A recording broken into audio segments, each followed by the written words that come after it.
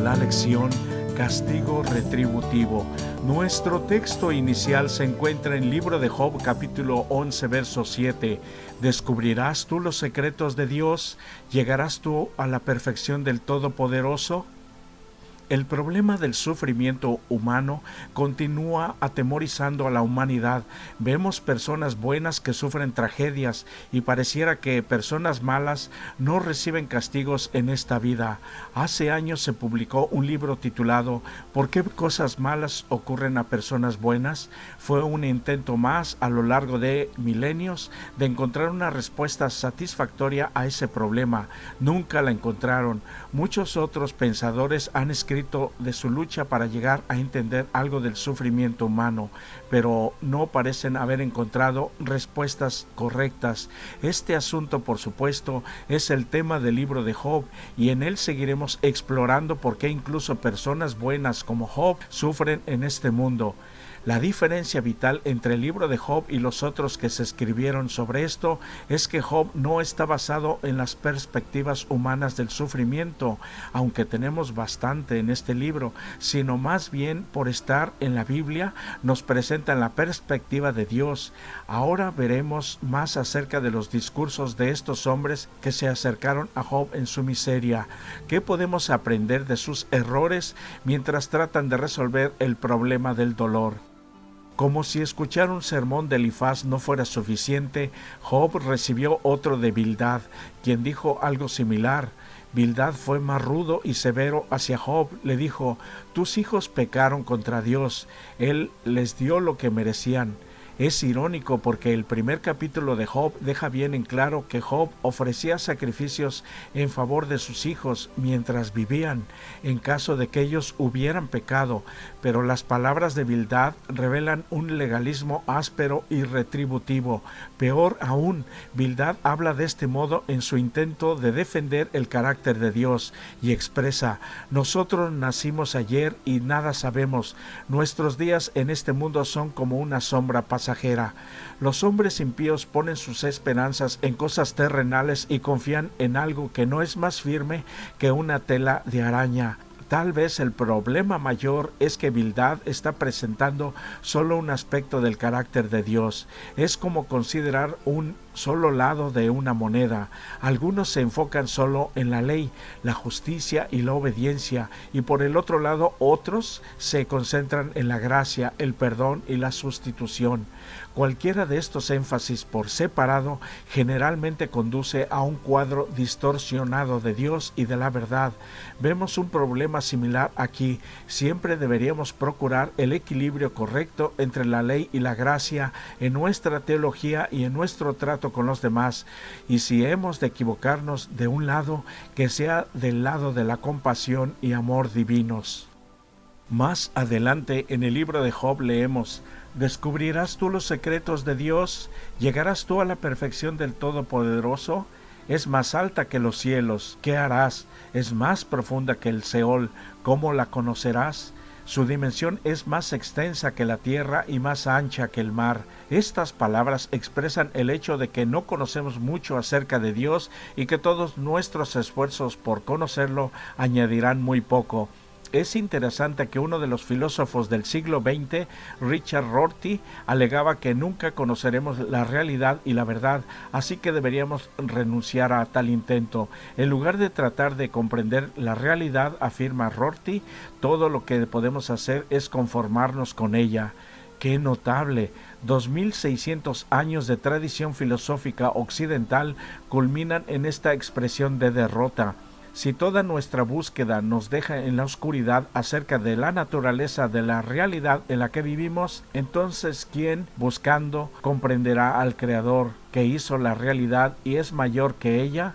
Rorty, en esencia, pareciera retomar palabras del discurso de Zofar, el tercero de los conocidos de Job, y son parte de un argumento contra Job que tiene muchas fallas. Es difícil entender que alguien pueda acercarse a una persona que está sufriendo como Job y le diga: estás recibiendo lo que mereces, pero no, este fue más lejos. En realidad, estás recibiendo menos de lo que mereces. Lo que es peor aún, como los otros dos, Zofar afirma afirma esto en un intento de vindicar la bondad y el carácter de Dios. Ellos, por sus palabras, daban indicios de no conocer verdaderamente a Dios y su carácter compasivo y perdonador. Los tres amigos de Job en sus argumentos tienen la idea de que Dios es un Dios de justicia, traerá el castigo sobre el mal y bendiciones especiales sobre la bondad, aunque no sabemos en qué momento vivieron ellos, como aceptamos anteriormente que Moisés escribió el libro de Job mientras estaba en Madián, debieron de haber vivido después del diluvio y antes del Éxodo. Leyendo el capítulo 6 del libro de Génesis y, aunque no conocemos cuánto de esto sabían estos hombres, para Elifaz, Bildad y Zofar, la historia del diluvio es un ejemplo de retribución divina por el pecado. Dios castigó específicamente a los que lo merecían, pero aún allí se reveló el concepto de gracia con Noé, su familia y el arco iris. Elena de White escribió acerca del hecho de que en cada golpe del martillo dado sobre el arca estaban predicando a la gente. Si estos amigos sabían mucho acerca de estos incidentes o no, sus palabras revelan la realidad del juicio directo de Dios sobre el mal. Dios no estaba abandonando a los pecadores a su pecado y permitiendo que el pecado mismo los destruyera. Pero en el diluvio, Dios fue el agente directo de su castigo. Si bien tenemos que concentrarnos en el carácter de amor, gracia y perdón de Dios, no debemos olvidar la realidad de su justicia. Piensa en todo el mal que vemos hoy en día y además lo vivimos y que no ha sido castigado todavía. Pronto llegará en el tiempo de Dios. Por eso, Dios mismo en la persona de Jesucristo intervendrá nuevamente. En las Escrituras, mucho después de que todos los personajes del libro de Job hubieron muerto, se registraron numerosos casos de castigo divino directo sobre el mal, así como de bendiciones por la fidelidad. En el capítulo 6 de Deuteronomio, así como en muchas otras partes de la Biblia, está lleno de promesas de bendiciones y de prosperidad que Dios daría directamente a su pueblo si le obedecía, y por supuesto también de advertencias acerca del castigo divino que vendría por la desobediencia. Vemos aquí ejemplos de lo que estos hombres le habían dicho a Job con respecto a las bendiciones de la fidelidad de quienes procuran obedecerle a él y sus mandamientos y vivir una vida piadosa y recta. En especial después del pacto con Israel en el Sinaí, Dios les advierte a los israelitas acerca de lo que su desobediencia acarrearía. Mas si no oyereis la voz de Jehová, y si fueran rebeldes, la mano de Dios estará contra ustedes como estuvo contra sus padres. En el libro de Números capítulo 16, en la rebelión de Coré, estas personas afrontaron la retribución divina y directa de Dios por su pecado y rebelión. En este caso vemos las manifestaciones sobrenaturales del poder de Dios. Mas si Jehová hiciese algo nuevo, y la tierra abriese su boca, y los tragare con todas sus cosas, y descendieran vivos al Seol, entonces conocerán que estos hombres irritaron a Jehová. El verbo hacer aquí viene de la misma raíz usada para crear. Dios tiene la facultad tanto para crear como para sancionar el mal cuando Él lo crea conveniente, y muchas veces da oportunidad de arrepentimiento que los humanos no aprecian ni aprovechan. La manifestación más plena del juicio retributivo ocurrirá al fin del tiempo, con la destrucción de los impíos. En la Biblia se le llama la muerte segunda, según Apocalipsis capítulo 20. Esta no debe confundirse con la muerte natural por enfermedad o envejecimiento, y común de todos los descendientes de Adán, y nadie puede evitarla mientras no venga Jesucristo por segunda vez. No, pues esta muerte es del segundo Adán, de Jesucristo, quien pagó con su sacrificio, con su muerte, para darnos esperanza de vida eterna, y que recibirán todos los justos en su segunda venida al final del tiempo. Ahora sí, la segunda muerte es el castigo directo de Dios sobre los pecadores no arrepentidos que despreciaron su ofrecimiento. La muerte eterna será como si nunca hubiesen existido. Dios hace descender fuego del cielo, la tierra está quebrantada, salen a relucir las armas escondidas de sus sus profundidades. Llamas devoradoras escapan por todas partes de grietas amenazantes. Hasta las rocas están ardiendo. Ha llegado el día que arderá como un horno. Los elementos se disuelven con calor abrasador. La tierra también y las obras que hay en ellas están abrasadas. La superficie de la tierra parece una masa fundida, un inmenso lago de fuego ardiente. Es la hora del juicio y la perdición de los hombres impíos. Es día de venganza de Jehová, año de retribuciones en el pleito de Sión. Aunque el pecado puede traer su propia retribución, hay ocasiones en que Dios castiga directamente a los pecadores, como alegaron los amigos de Job.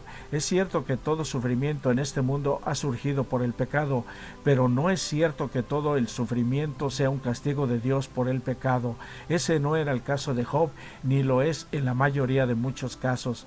Recordamos nuevamente que todos participamos, querámoslo o no, en el gran conflicto, y hay un enemigo que quiere hacernos daño. Las buenas nuevas son que sabemos que Dios estará a favor de nosotros, cualesquiera que sean las razones de las pruebas que afrontamos o los resultados de esas pruebas. Tenemos la certeza del amor de Dios, un amor tan grande que Jesús fue a la cruz por nosotros, y su promesa de terminar con todo el sufrimiento.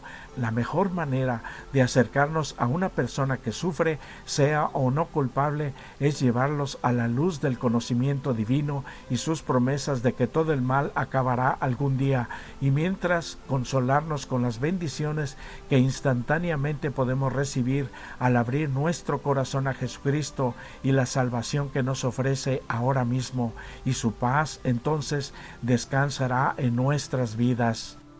Como mencionamos antes, es importante que tratemos de ponernos en el lugar de las personas de la historia, porque eso puede ayudarnos a comprender sus motivos y acciones. Ellos no vieron la batalla que se libraba detrás de escena como la vemos nosotros ahora a través del libro de Job. Es muy natural que los seres humanos piensen que las grandes calamidades son una señal segura de grandes crímenes y enormes pecados. Sin embargo, los hombres se equivocan con frecuencia al medir así el carácter de Dios. No estamos todavía en el juicio final. Ahora están mezclados el bien y el mal, y las calamidades descienden sobre todos. A veces ciertamente los hombres traspasan la línea hasta donde actúa el cuidado protector de Dios, y entonces Satanás ejerce su poder sobre ellos y Dios no se interpone. Job fue terriblemente afligido y sus amigos procuraron convencerlo de que era un gran pecador, pero el Señor mismo los reprendió por la forma en que juzgaban a su fiel siervo.